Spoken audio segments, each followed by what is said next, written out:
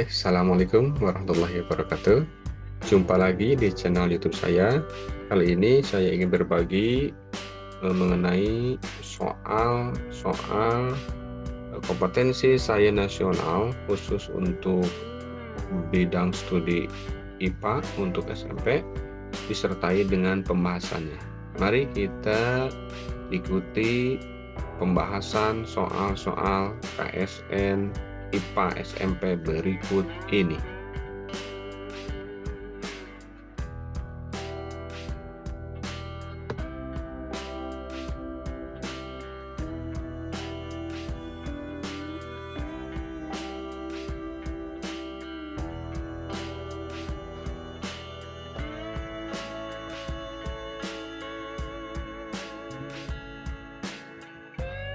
Oke, yang pertama soal mengenai organisasi kehidupan.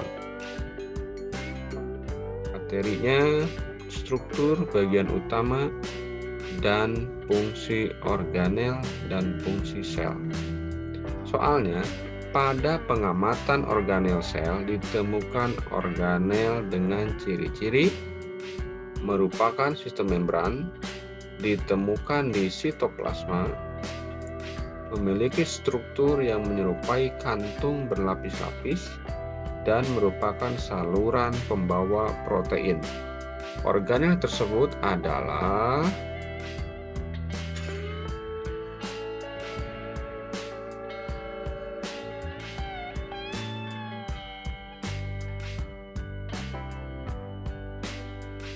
kita tulis sebentar apa jawabannya. Oke, ya jawabannya adalah retikulum endoplasma. Bagaimana pembahasannya? Mari kita ikuti. Nah, di sini ada perbedaan antara sel hewan dan sel tumbuhan. Kita bisa lihat perbedaannya dari bentuknya dan dari bagian-bagian struktur selnya. Nah, secara ringkas bahwa sel hewan itu tidak mempunyai dinding sel, sedangkan pada sel tumbuhan mempunyai dinding sel. Kemudian sel hewan mempunyai sentrosom dan di sel tumbuhan tidak mempunyai sentrosom. Kemudian pada sel hewan mempunyai lisosom dan pada sel tumbuhan tidak mempunyai lisosom. Pada sel hewan tidak mempunyai plastida, sedangkan pada sel tumbuhan mempunyai plastida. Pada sel hewan cadangan makanan berupa lemak dan glikogen, sedangkan pada sel tumbuhan cadangan makanannya berupa pati atau amilum. Nah, ini adalah organel sel beserta fungsinya. Tadi di soal itu ada kata kunci yaitu sebagai pembawa protein. Nah, di sini yang ada kata proteinnya adalah retikulum endoplasma. Ya, jadi jawabannya retikulum endoplasma. Nomor 2.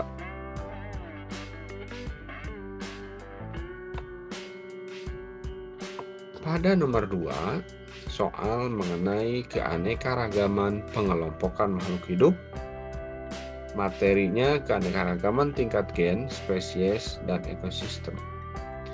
Soalnya adalah teritip atau barnacle melekatkan dirinya di bebatuan dan lambung kapal. Hewan ini memiliki nekton untuk berenang pada stadium larvanya dan memiliki 2 antena pada masa dewasanya, serta dilingkupi oleh lempengan kalsium karbonat. Berdasarkan ciri-ciri tersebut, hewan ini termasuk kelompok. Silahkan dipikirkan dulu 10 detik.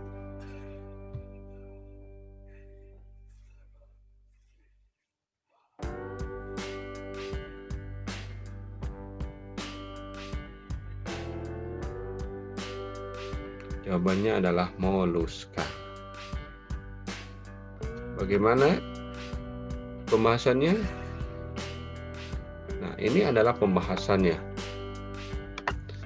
Hewannya adalah seperti ini ciri-cirinya.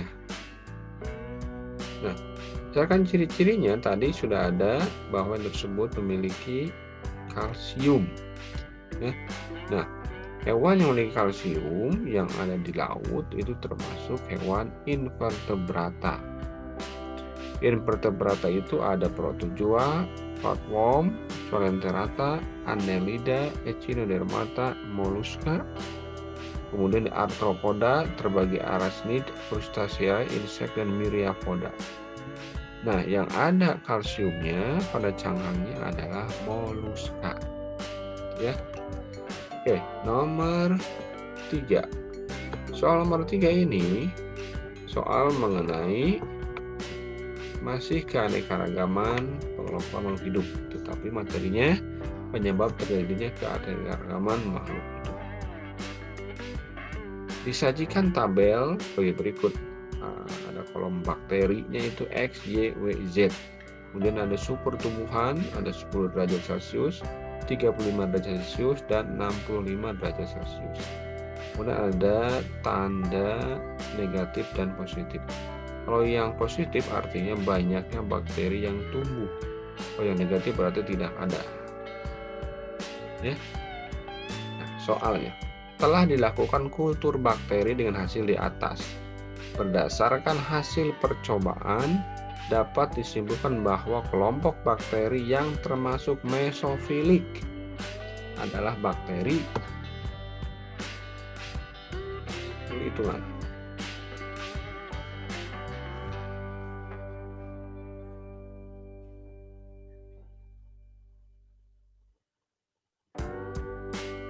Nah, jawabannya adalah X. Yang mesofilik, kita lihat pembahasannya. Nah, yang mesofilik itu tumbuhnya berada pada kisaran suhu 30 dan 40 derajat. Itu yang sangat bagus. Ya.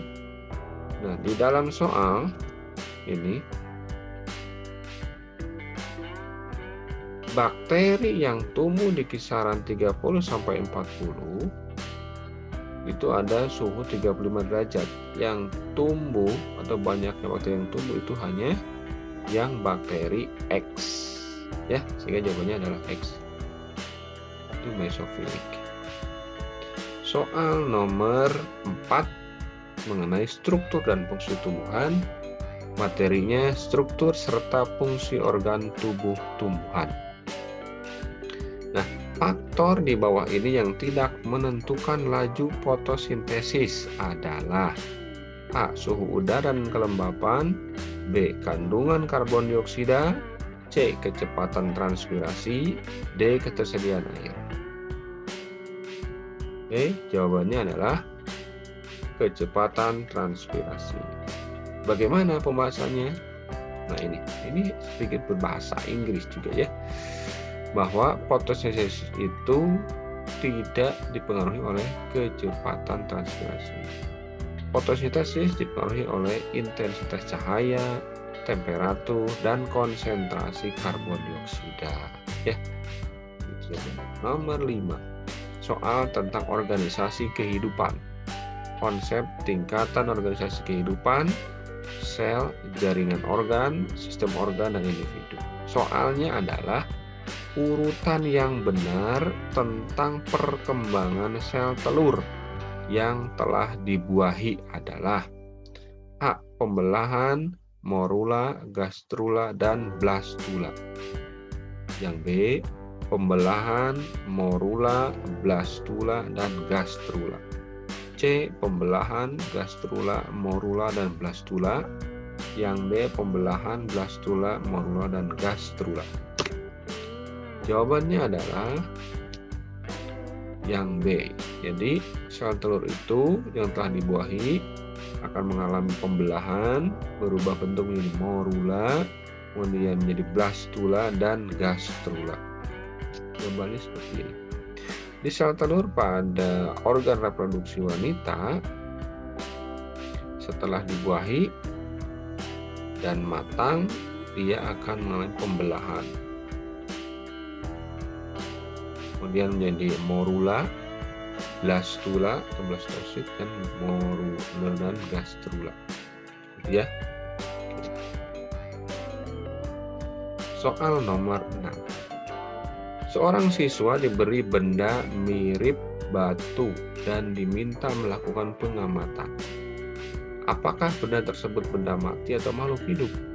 Lalu mencatat hasil pengamatannya. Siswa tersebut kemudian diminta untuk meletakkan benda tersebut di atas tanah dalam pot. Beberapa saat kemudian, siswa tersebut melihat benda mirip batu tersebut berkecambah.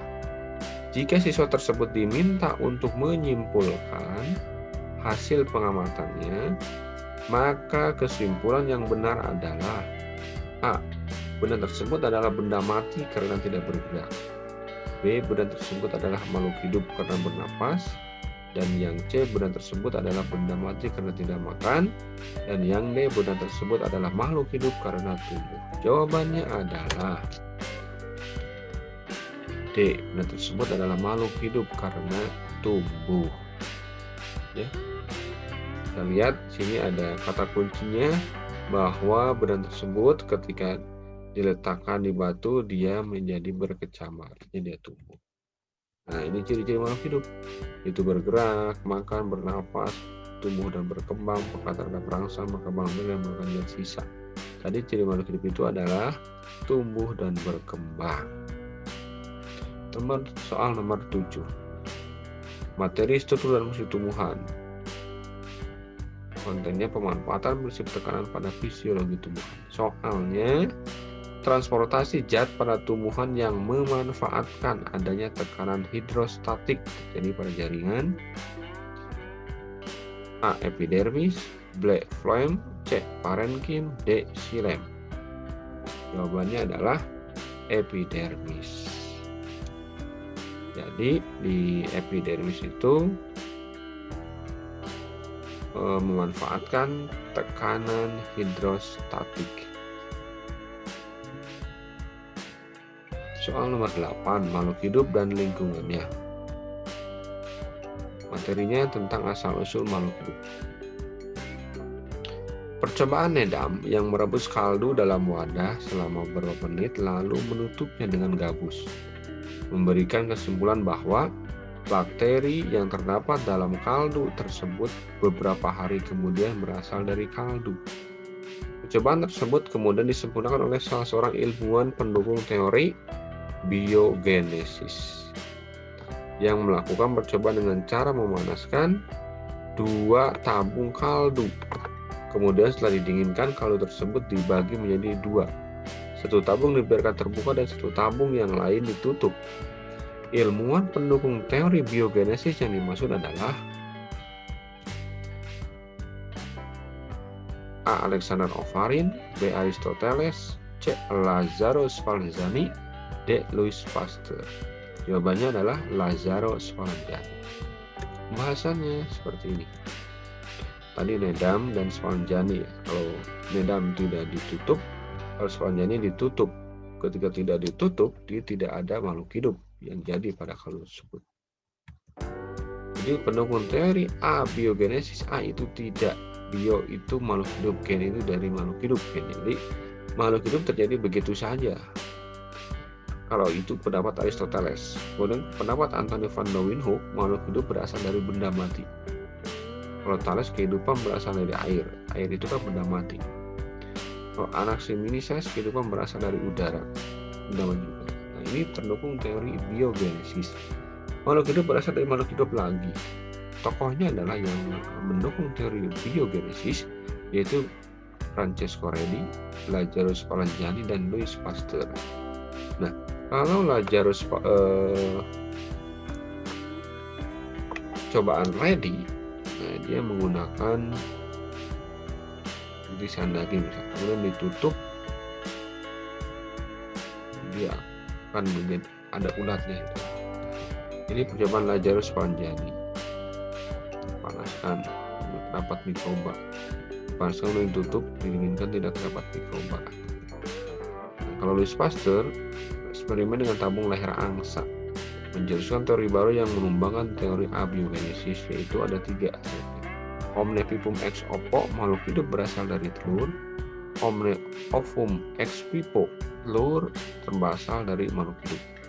omne vivum ex vivo. Makhluk hidup berasal dari makhluk hidup sebelumnya. Kalau Urey Miller bereksperimen seperti ini. Ya. Kemudian soal nomor 9, sistem-sistem pada manusia dan hewan, khususnya untuk sistem pernapasan. Soalnya, udara akan mengalir spontan dari tempat yang tekanannya tinggi ke tempat yang tekanannya rendah. Berdasarkan hal tersebut, proses inspirasi akan lebih mudah dilakukan saat A. Berada di dekat api unggun, B. Berada di puncak gunung, C. Pagi hari, D. Siang hari. Jawabannya adalah pagi hari.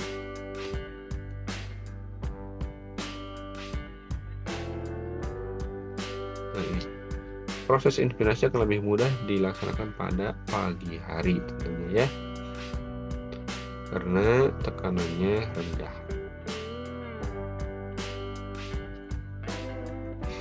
Soal nomor 10 tentang ekologi, faktor-faktor yang mempengaruhi kelangsungan makhluk hidup. Berikut adalah daftar zat yang termasuk narkoba. Ada morfin, sabu-sabu, heroin, amfetamin, metadon, dan ekstasi. Yang termasuk narkotika adalah 1, 3, dan 5, yaitu morfin, heroin, dan metadon. Ini narkotika ya. Undang-undang narkotika itu nomor 22 tahun 97 tentang narkotika. Narkotika adalah zat atau obat yang berasal dari tanaman atau bukan tanaman, baik sintetis maupun semi sintetis, yang dapat menyebabkan penurunan atau perubahan kesadaran, hilangnya rasa, mengurangi sampai menghilangkan rasa nyeri, dan dapat menimbulkan ketergantungan yang dibedakan ke dalam golongan 1, 2, dan 3. Nah, ini golongan-golongan narkotika di golongan 1, contohnya opium, koka, dan ganja, heroin. Golongan 2, metadon, morfin, opium, petidin. Golongan 3, kodein. Gitu ya. Nah, kemudian soal nomor 11. Berikut ini adalah berbagai hormon yang dihasilkan oleh kelenjar hipofisa. STH atau GH, 2 MSH, 3 TSH, 4 ADH, 5 ACTH, 6 vasopressin. Hormon yang dihasilkan oleh hipofisa bagian depan atau lobus anterior adalah nomor. Jawabannya adalah 1, 3, dan 5, yaitu STH atau GH, TSH, dan ACTH. Jawabannya ini. Hipofisa itu adalah di tadi lobus anterior ya. Lobus anterior itu tulang belakang. Nah, ini yang menghasilkan hormonnya ACTH, GH, MSH, TSH ya. Soal nomor 12, sistem-sistem pada manusia dan hewan. Untuk sistem peredaran darah.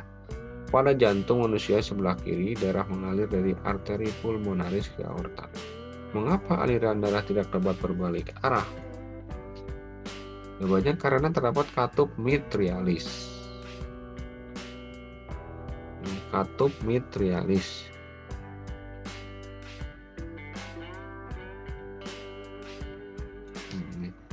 Ini tidak bisa berbalik arah ya, tidak bisa berbalik arah ke atas lagi. Ini ada katup mitral, katup mitrialis. Gitu.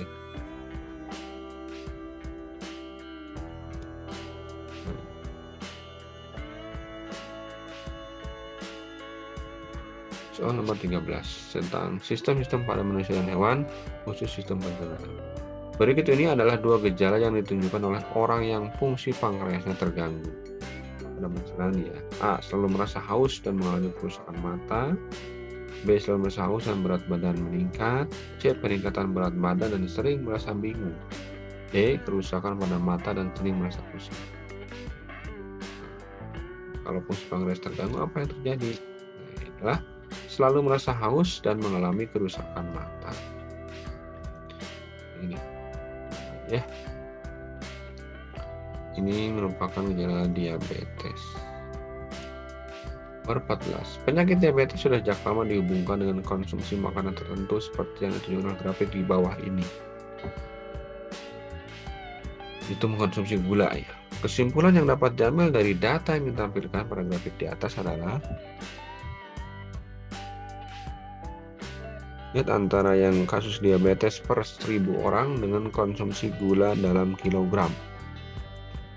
Jadi antara kasus diabetes dengan yang mengkonsumsi gula itu sama, pertumbuhannya linear. Ketika seseorang mengkonsumsi gula banyak, maka kasus per 1000 orang tambah lagi. Semakin kesini tahun 1900-an kasus diabetes semakin tinggi. Nah, jawabannya apa? Jawabannya peningkatan konsumsi gula sejalan dengan peningkatan jumlah penderita diabetes. Ini bisa terlihat dari grafik yang ditampilkan. Nomor 15 tentang pewarisan sifat, konsep materi genetik, DNA, gen, dan kromosom. Secara berturut-turut, susunan kromosom ootit, ovarium, ovum, dan ooganium adalah gambarnya adalah A, itu kalau ootit N, ovarium 2N atau diploid, ovum N, haploid, dan ooganium 2N atau diploid. Oke, itu untuk pembahasan soal KSN untuk bidang IPA baru sampai nomor 15. Nanti kita lanjutkan nomor 16 pada video berikutnya atau bagian kedua. Sekian, mudah-mudahan bermanfaat. Tetap semangat, jaga protokol kesehatan. Wassalamualaikum warahmatullahi wabarakatuh.